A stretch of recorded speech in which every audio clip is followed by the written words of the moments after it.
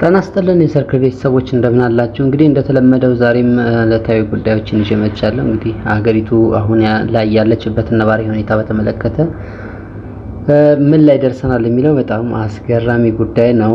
ያ እንዳለ ሆኖ በተለይ በተለያዩ አካባቢዎች ላይ እየተካሄደ ያለው ትጥቅ ትግል ተጠናክሮ ቀጥሏል።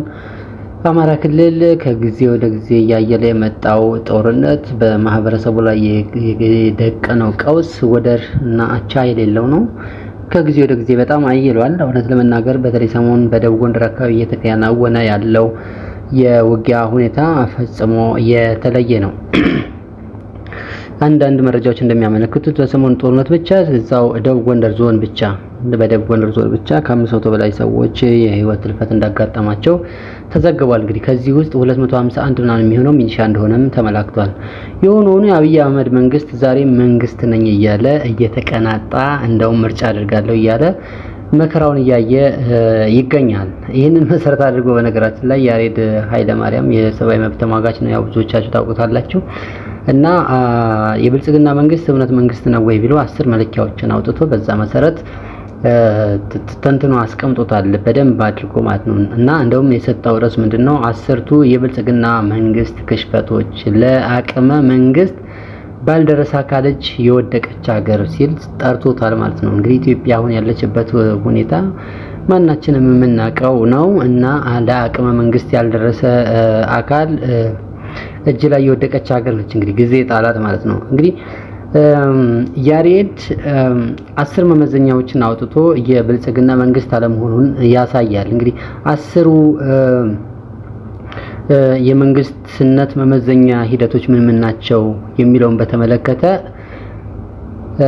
እንግዲህ በመጀመሪያ አንድ መንግስታዊ አስተዳደር ጥሩ ወይም ጠንካራ ወይም ጤነኛና መካከለኛም ቢሆን አገር የማስተዳደር አቅም አለው የሚባለው ከዚህ በሚከተሉት መመዘኛዎች ተፈትኖ ማለፍ ሲችል ነው ይላል። እነሱም አንደኛው የህግ የበላይነትና ፍትሃዊነት፣ የፍትሃዊ የሆነ የጸና የህግ ስርዓት ሲኖር፣ ተጠያቂነትና ግልጸኝነትን ያረጋገጠ መንግስታዊ ስርዓት ሲኖር፣ መንግስታዊ አገልግሎቶችን የማቅረብ ውጤታማነትና ብቃት ሲኖረው አንድ መንግስት ነው የሚባለው ማለት ነው።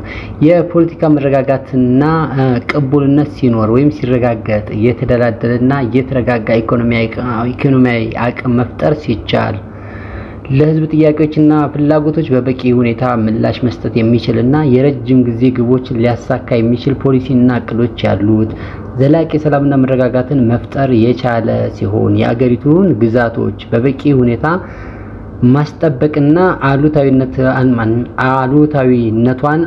ሉዓላዊነቷን አለማስደፈር፣ በጣም ሰብአዊ መብቶችን በአግባቡ የሚያስጠብቅና ለህዳጣን ልዩነቶች ልዩ ጥበቃ ማድረግ የሚችል ሆኖ በመገኘትና ጠንካራና ብቃት ያለው የምርጫ ስርዓት በመዘርጋት ዜጎች በዲሞክራሲያዊ ስርዓት ግንባታ ላይ ቁልፍ ሚና እንዲጫወቱ መደላደሎችን መፍጠር መቻል ነው ይላል። እያንዳንዱ ቁልፍ የመመዘኛ ነጥቦችን በውስጣቸው ዝርዝር ንዑሳን የመመዘኛ መስፈርቶችንም የያዙም ናቸው ይላል። ከላይ በዘረዘርኳቸው 10 ነጥቦች ላይ በጠቅላይ ሚኒስትር አብይ አህመድ የሚመራው መንግስት ሲመዘን አንድም ለመንግስትነት የሚያበቁትን ስራዎች እንዳልሰራ ብዙ ጥናቶችን እያመለከትኩና መረጃዎችን እያቀረብኩ ለማሳየት ይችላል ይላል። እንግዲህ ያሬድ ያነሳቸው በጣም መሰረታዊ ሀሳቦች ናቸው። በእነዚህ 10 መመዘኛዎች መሰረት ያሬድ እንዳስቀመጠው ከሆነ በጣም ሰፋ አድርጎ ነው ያስቀመጠው። ከዚህ ውጭም አይደለም። በነገራችን ላይ አንድ መንግስት የመንግስትነቱ ማረጋገጫ ማለት ነው። እንደውም ያሬድ 3 አይነት የመንግስታትን አይነት አስቀምጧል። ለምሳሌ መንግስት ያስተዳደሩ ጥሩ፣ ጠንካራ ወይም ጤነኛ፣ መካከለኛ ወይ ደግሞ ቢያንስ በትንሹም ቢሆን ሀገር የማስተዳደር አቅም ያላቸው አካላት የሚመዘኑበት ነው። እንግዲህ ትንሹም ትልቁም ማለት ነው። ዞሮ ከመጨረሻው እንኳን ብናይ የአብይ አህመድ መንግስት እውነት እንደ መንግስት መቆጠር ይችላል የሚለውን ስናይ ለምሳሌ ህግ የበላይነትና ፍትሃዊ የሆነ የጸና የህግ ስርዓትን በተመለከተ የአገዛዝ ስርዓቱ ለህግ የበላይነት ያለው የተዛባ ግንዛቤ የተስተዋለው ገና በጊዜ አብይ ወደ ስልጣን በመጣ በጥቂት ወራቶች ውስጥ እንግዲህ የአብይ መንግስት የህግ የበላይነትን ለማስከበር ምን ያህል ቁርጠኛ ነው፣ የዜጎችንስ የመኖር በየትኛውም ቦታ ተንቀሳቅሶ የመስራት ምናምን ወስተርፍ የሚለውን ነገር ማስጠበቅ ይችላሉ፣ የኢትዮጵያ የምትተዳደርበትን ህገ መንግስት ማስጠበቅ ይችላሉ የሚለው ገና ከጅምሩ ጥያቄ ውስጥ እንደገባ ምንም ጥያቄ የለውም። ያሬድም ይሄንን ያነሳዋል። አሁን በስራ ላይ ያለው ፓርላማ ከመሰየሙ በፊት የነበረው ምክር ቤት የለውጡ መንግስት ለህግ የበላይነት መስፈን ያለውን ተነሳሽነት እጅግ ዝቅተኛ በመሆኑ የደቦ ፍርድና ስርዓት አልበኝነት ሰፍኗል በሚል ለጠቅላዩ ማሳሰቢያ ሰጥቶ መሰናበቱን ማስታወስ ይቻላል። የቀደመው ማለት ነው እንግዲህ ያኔ ለውጡ እንደመጣ ከዚያን ጊዜ ጀምሮ ግን በአገሪቱ ውስጥ የታየው የህግ የበላይነት መጥፋት እና የተረጋጋ የህዝብ ስርዓት አለመኖር አገሪቱ ዛሬ ለገባችበት ውጥንቅጥና ስርዓት አልበኝነት ቁልፍ ሚና ተጫውቷል ባይ ነው እንግዲህ ያሬድ። በትክክልም የሆነው ያ ነው። ብልጽግናና የህግ የበላይነት ፈጽሞ የማይተዋወቁ እስኪመስሉ ድረስ ብዙ ዘግናኝ የሆኑ ነገሮችን አስተናግደናል። ፍትህ በብሔር በጥላቻና በቂም ስትጠለፍም አይተናል ይላል። ሌላኛው መመዘኛ እንግዲህ ሌላኛው ከነዚህ ከላይ ከቀረቡት ሁነቶች አንፃር ተጠያቂነት ወይም አካውንታቢሊቲ እና ትራንስፓረንሲ ምን ይመስላል የሚለውን አስቀምጦታል። ተጠያቂነትና ግልጽነትን ያረጋገጠ መንግስታዊ ስርዓት መጥፋት እንዲሁም የብልጽግና መንግስት አንዱ መገለጫ ነው ይላል። በትክክልም ተጠያቂነት የለም፣ ወንጀሎች ይፈጸማሉ። ነገር ግን በፍጹም ግልጽ የሆነ አሰራርም የለም። ያው ፓርላማ ከዚህ በኋላ ለሚዲያ ክፍት ይሆናል፣ ህዝብ እያየን ነው እንትን የምንለው አለ። ነገር ግን አንድም ቀን እንደዛ አድርጎ አያውቅም። የፓርላማ ጉዳይ ማለት ነው። የተለያዩ የትኛውንም ውሳኔ ስንወስድ ለህዝብ እናሳውቃለን፣ እኛ አሸባሪ ነን ብሎ ቃል የገባው ማናችንን እናስታውሰው ነን፣ እሱም በተግባር ያልፈጸመ ማለት ነው።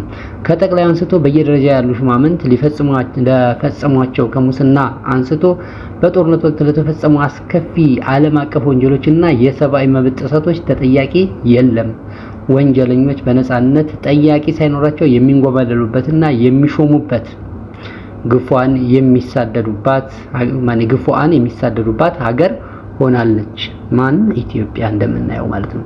ጠቅላዩ ለምሰራው የኮሪደር ልማት ማንም በጀቱንም ሆነ አፈጻጸሙ እንዲጠይቀኝ አይችልም ብሎ ፓርላማውን እና ህገ መንግስቱን ከጫማው ስር ያደረገበት አስከፊ ወቅትም የሚታወስ ነው። እንግዲህ ይሄም ሩቅ አይደለም፣ ይታወቃል። እንግዲህ እንደ ሶስተኛ ገቨርናንስ ኤፌክቲቭነስ ኤንድ ኤፌክቲቪቲ የመንግስት አገልግሎቶችን የማቅረብ ውጤታማነትና ብቃት እንዲሁ በወሬ የቀረበት ዜጎች በሄዱበት የመንግስት ተቋማት ሁሉ አልቅሰው ተጉላልተው አይን ባወጡ ሙስሊሞች የመንግስት ሰራተኞች በጠራራ ፀሐይ ተዘርፈውና ተራቁተው የሚሸኙበት መሰረታዊ የሚባሉ የመንግስት አቅርቦቶች በጠቅላላው ዜጎች በአስተዳደሩ ብቃት ማነስ የተነሳ የተስተጓጎሉበት መሰረታዊ አቅርቦቶችን እንደ ኤሌክትሪክ፣ ውሃ፣ ኢንተርኔት እና ሕክምና፣ ትራንስፖርት፣ ነዳጅ፣ የእህልና ሌሎች አቅርቦቶች ከዋጋ መናር በላይ በበቂ ሁኔታ ማቅረብ ያልቻለ መንግስት እንግዲህ እንዴት መንግስት ሊሆን እንደሚችል ጥያቄ ውስጥ የሚገባ ነው። ኢትዮጵያ ሽንኩርት ከሱዳን እና ከቻይና፣ ብርቱካን ከግብጽ የምታስገባ ሀገር የሆነችው በዘመነ ብልጽግና ነው ይላል ያሬድ። በትክክልም ይሄ ነው የሆነው። እንግዲህ ሽንኩርት እኛ ሀገር እንግዲህ ይታወቃል፣ ኢትዮጵያውያን በምርት ልንታማ አንችልም ነበር፣ በሽንኩርት ምርትም ሆነ በሌሎች ምርቶች።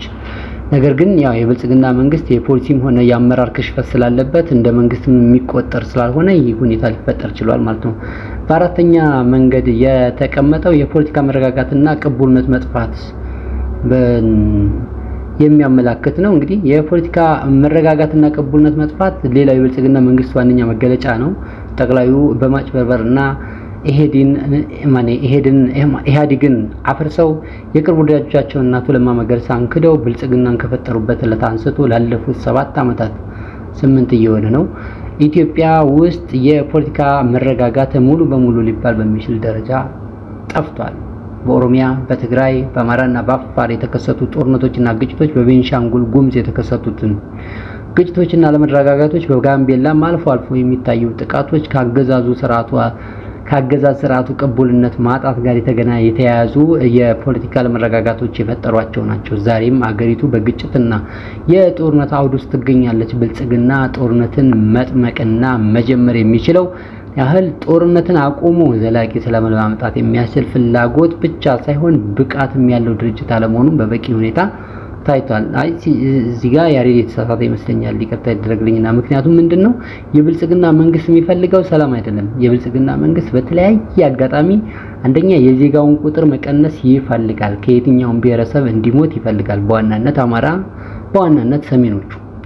ከዛ ሲቀጥል ደግሞ የትኛው ማህበረሰብ ተረጋግቶ እንዲኖር አይፈልግም። ስለዚህ እሱ ለመቀጠል በህልውናው ለመቀጠል የግዴታ የደም ግብር ያስፈልገው ይመስል በየጊዜው ሰዎች እንዲያልቁ የተለያዩ ስራዎችን ይሰራል እና ሰላም እንዲመጣ አይፈልግም። የሚሰራው ጦርነት ላይ ነው።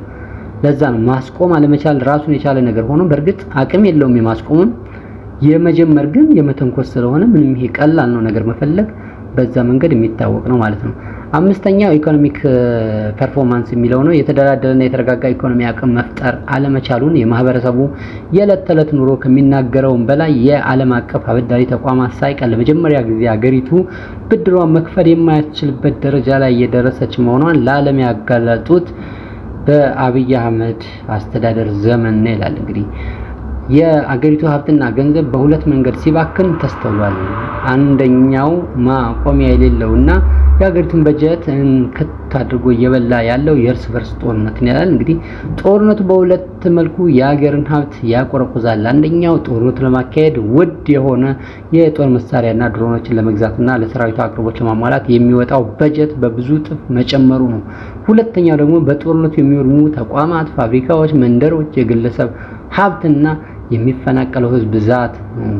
ሌላኛው የሀገሪቱ ሀብት ብክነት ደግሞ ከጦርነት የተረፈው ገንዘብ ለቅንጡ ሪዞርቶች፣ ለመንግስት ቢሮዎች ማስዋቢያ፣ አዳዲስ ቤተ መንግስቶች መገንቢያና የቱሪስት መዳረሻ ያልሆኑ ግንባታዎች መዋሉ ነው። ጦርነት ባለበት ሀገር ቱሪስት ምን ሊሰራ ይመጣል? ትክክል ነው። በነገራችን ላይ የሚሰራቸው ሪዞርቶች አንዳንዶቹ ራሳቸውን በራሳቸው ማስተዳደር እንኳን ያልቻሉ የጥበቃና ጽዳት ሰራተኞችን ደሞዝ እንኳን መክፈል ያልቻሉ ሪዞርቶች እንደተገነቡ እዚህ ሀገር ላይ ይታወቃል። በተደጋጋሚም ሲገለጽ የነበረ ነው። ጦርነቱን በተመለከተ በተለይ አማራ ክልልና ትግራይ ክልል የሆነው አሁን ላይ በተለይ አማራ ክልል ሰሚ የሌለው አይነት ሁኔታ ነው የሆነው። በተመሳሳይ ደረጃ ኦሮሚያ ክልል የሚካሄደው ጦርነት አለ። ኦሮሚያ ክልል የሚካሄደው ጦርነት ግን ተቋማትን ያን ያህል ሲጎዳ አልተስተዋለም። ዜጎችን ሲያበሳቆል በእርግጥ ነው ለዜጎች ሰቆቃው ምናምን ዳርጓል። ከተሞች ሲወድሙ ግን አልታየም። አማራ ክልል ከተሞች እንዲወድሙ ይደረጋል። ለ400 እና 500 ዓመታት የቆየችው የደብረ ታቦር ከተማ ከፍተኛ ድብደባን የደረሰባት ከ20 ጊዜ በላይ በድሮን የተደበደበችው እንግዲህ ለስንት ዓመታት የተገነባ ከተማ በአንድ አውደ ውጊያ ብቻ እንዲህ ለዛውም በገዛ መንግስቷ ስትደበደብና ስትጠፋ በርካታ ዜጎች ሲሞቱና ሲያልቁ በርካታ ሀብት ሲወድምና ሲጠፋ እጅግ የሚያሳዝን ነገር ነው። የአብይ መንግስት እንግዲህ ይሄን ነው ተግባራዊ የሚያደርገው ማለት ነው። በስድስተኛ ደረጃ ህዝብ ጥያቄዎችና ፍላጎቶችን በበቂ ሁኔታ ምላሽ አለመስጠት የአብይ መንግስት እንግዲህ መገለጫው ነው ማለት ነው። የረጅም ጊዜ ግቦችን በጥናት ላይ ተመስርቶ ሳይሆን በጠቅላዩ ምኞትና ቅዠት ላይ ተመስርቶ መቅረጽ ሌላው አደጋ ነው ይላል። የአገዛዝ ስርዓቱ ህዝብ ለሚያነሳቸው መሰረታዊ ጥያቄዎች ምላሽ መስጠት ካቆመና ጆሮ ዳባ ልበስ ካለ ቆይቷል። ሰጥቶ አያውቅም። ሲጀምር ቆይቷል ብቻ ሳይሆን ከመጣ ጊዜ ጀምሮ የህዝብ ጥያቄ የትኛው የህዝብ ጥያቄ ነው የተመለሰው? እውነት መናገር መገምገም ያስፈልጋል። ይሄን መገምገም ብቻ ሳይሆን እንዲሁ ራሱ ይታወቃል። በጣም የዛን ጊዜ ከባባድ የነበሩ ጉዳዮች ነበሩ። ለምሳሌ የአዲስ አበባ ማስተር ፕላን የሚባል ነገር መከራ ሲያይ ነበር። እሱን በመጠቅለል አሳይቶናል በትክክል ማለት ነው። ከዛ በተረፈ የአማራው ጥያቄ ምን ነበረ? ከቦታ ቦታ ተንቀሳቅሶ ሰርቶ ለፍቶ ጥሮ ግሮ የመኖርና እንደ ማንኛውም ማህበረሰብ በእኩል ደረጃ የመታየት በተቋማት ላይ በኩል የመሳተፍ ምናምን የመሳሰሉ ጥያቄዎች ነበሩበት። የህገ መንግስት ማሻሻያ ምን የትኛው ጥያቄ ነው? የአስተዳደር የወሰን የምናምን ጉዳይ የትኛውን ጥያቄ መለሰ? የትኛውንም። ስለዚህ ማቆም ሳይሆን መጀመሪያውን መልሶ አያውቅም። መቼም የኢትዮጵያ ህዝብ የማይችለው ጉድ የለም እንጂ ድሮ ነበር የአብይ ስርዓት በዚህ ዝንባሌው ብቻ በህዝባዊ አመጽ ከስልጣን ሊወገድ የሚገባ ይላል ያሬድ። ሌላው አሳዛኝ ነገር የአገሪቱ የቅርቡም ሆነ የሩቅ ተስፋዎች በጠቅላይ ሚኒስትሩ እውቀት፣ ፍላጎትና ቅዠት የመሰሉ እሳቤዎች ላይ የተመሰረቱ መሆናቸው ነው። አገሪቱ እጅግ አደገኛ ሁኔታ ውስጥ መግባቷን ይሄ አመላካች ነው።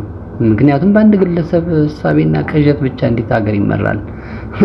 በየመድረኩ ብቅ እያሉ የዛሬ 30 የዛሬ 40 የዛሬ 50 ዓመት ከዓለም ሁለተኛ ተጽዕኖ ፈጣሪ ሀገር የዛሬ 10 ዓመት የአፍሪካ ኢኮኖሚ በአንደኝነት ወዘተ የሚሉ ቅዠትና ንግግሮችን መስማት እጅግ ያሳዝናል። ይሄ የአብይ አህመድና የተቀጽላዎቹ እንግዲህ የዘወትር ድምጸት መሆኑ ማንም የሚዘነጋው አይደለም ማለት ነው። በሰባተኛ ደረጃ ደግሞ ፒስ ኤንድ ስቴቢሊቲ ይላል። ዘላቂ ሰላምና መረጋጋትን መፍጠር ያለመቻል ብቻ ሳይሆን ያለመፈለግም የጠቅላይ ሚኒስትሩ መገለጫ ነው ይላል ያሬድ ያነሳው ሐሳብ። ይሄ ከላይ ቀደም ሲልም የተገለጸው ማለት ነው። የአብይ አህመድ መንግስት በጦርነት ውስጥ መኖር ማለት ነው። ግጭቶችን ማስቆም ብቻ ሳይሆን ግጭቶችን መፍጠር ብቻ ሳይሆን በግጭት ውስጥ የመኖር ጥበብ ያለው መንግስት ነው። በግጭትና በማጫረስ ለመኖር የሚጥር መንግስት ነው። በትክክልም ያለፉትን 8 ዓመታት በግጭቶች ማዕበል ውስጥ ሊዘልቅ ይችላል ማለት ነው። ከመጣበት ጊዜ ጀምሮ ደም እየፈሰሰ ነው ኢትዮጵያ ውስጥ ንጹሃን እያለቁ ነው እለት ማለት ነው። አገሪቱ ከአንድ ግጭት ወደ ሌላ ግጭት እንዳታመራ እና የእርስ በርስ ጦርነቱ አልበቃ ብሏቸው የአፍሪካ ቀንድ ቀጠና ነው እንደለየለት ትርምስ ለመክተት በተሳሳተና ጥናት ባልታከለበት የጭፍን ዲፕሎማሲና ሁሉም የመዋጥ ምኞት ያለው የፖለቲካ ዕቅድ እየተመሩ አገሪቱ ብቻ ሳይሆን የአፍሪካ ቀንድም የሰላምና የተረጋጋ እንዳይሆን ብዙ ርቀት በመሄድ ኢትዮጵያን አጣብቂኝ ውስጥ ከተዋታል ይላል። ይሄ የሚታወቅ ነው። በዙሪያችን እንግዲህ በጅቡቲ፣ በሱዳን፣ በሶማሊያ፣ በኤርትራ በኩል ሰሞኑን ስናነሳው እንደነበረው ማለት ነው ምን አይነት አጣብቂኝ ውስጥ እንዳለች ኢትዮጵያ በምን አይነት መንገድ እንደምትታይ እንደ ሀገር እንዴት እያዩት እንደሆነ ከዛሬ ነገ ምን ትፈጥራለች ምን ታረጋለች እያሉ ወይም ደግሞ በተለያየ መንገድ ክሶችን የሚያቀርቡባት ሱዳን ከከሰሰች ያሰንብታለች። ግብጽ ያው ዘላለማዊ ጠላታችን ነች። እውነት ለመናገር ይሄ ምድር እስካለ ድረስ ለኢትዮጵያውያን መቼም ተኝተው አያውቁም።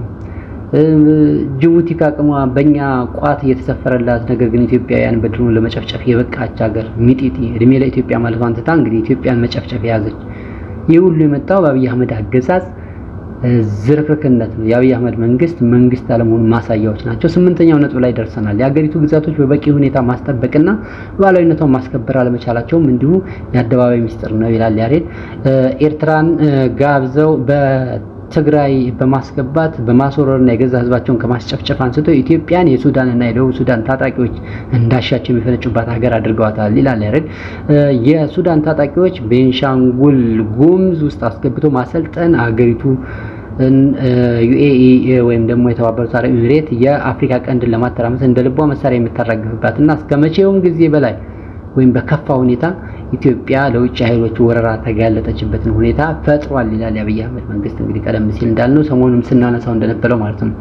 9ኛው ነጥብ ላይ ደግሞ ሰብአዊ መብቶችን በአግባቡ ማስጠበቅ አለመቻል ብቻ ሳይሆን ሆን ብሎ እጅግ አስከፊ በሆነ ሁኔታ መጣስ፣ ለህዳጣን ልዩ ጥበቃዎችን ማድረግ ሲገባው ለጥቃት እንዲጋለጡ ድርጊቶችን ከማዛባት አንስቶ ጥላቻዎችን በማዛባት ዜጎች በመንግስትና መንግስታዊ ባልሆኑ ተቋሞች ታጣቂ ኃይሎች ኢላማ ተደርገው እንዲገደሉ፣ በገፍ እንዲሳደዱና እንዲፈናቀሉ ከዛም አልፎ በጦርነት በተጎዱ አካባቢዎች ሰብአዊ እርዳታዎች እንዳይደርሱ በማድረግ ዜጎች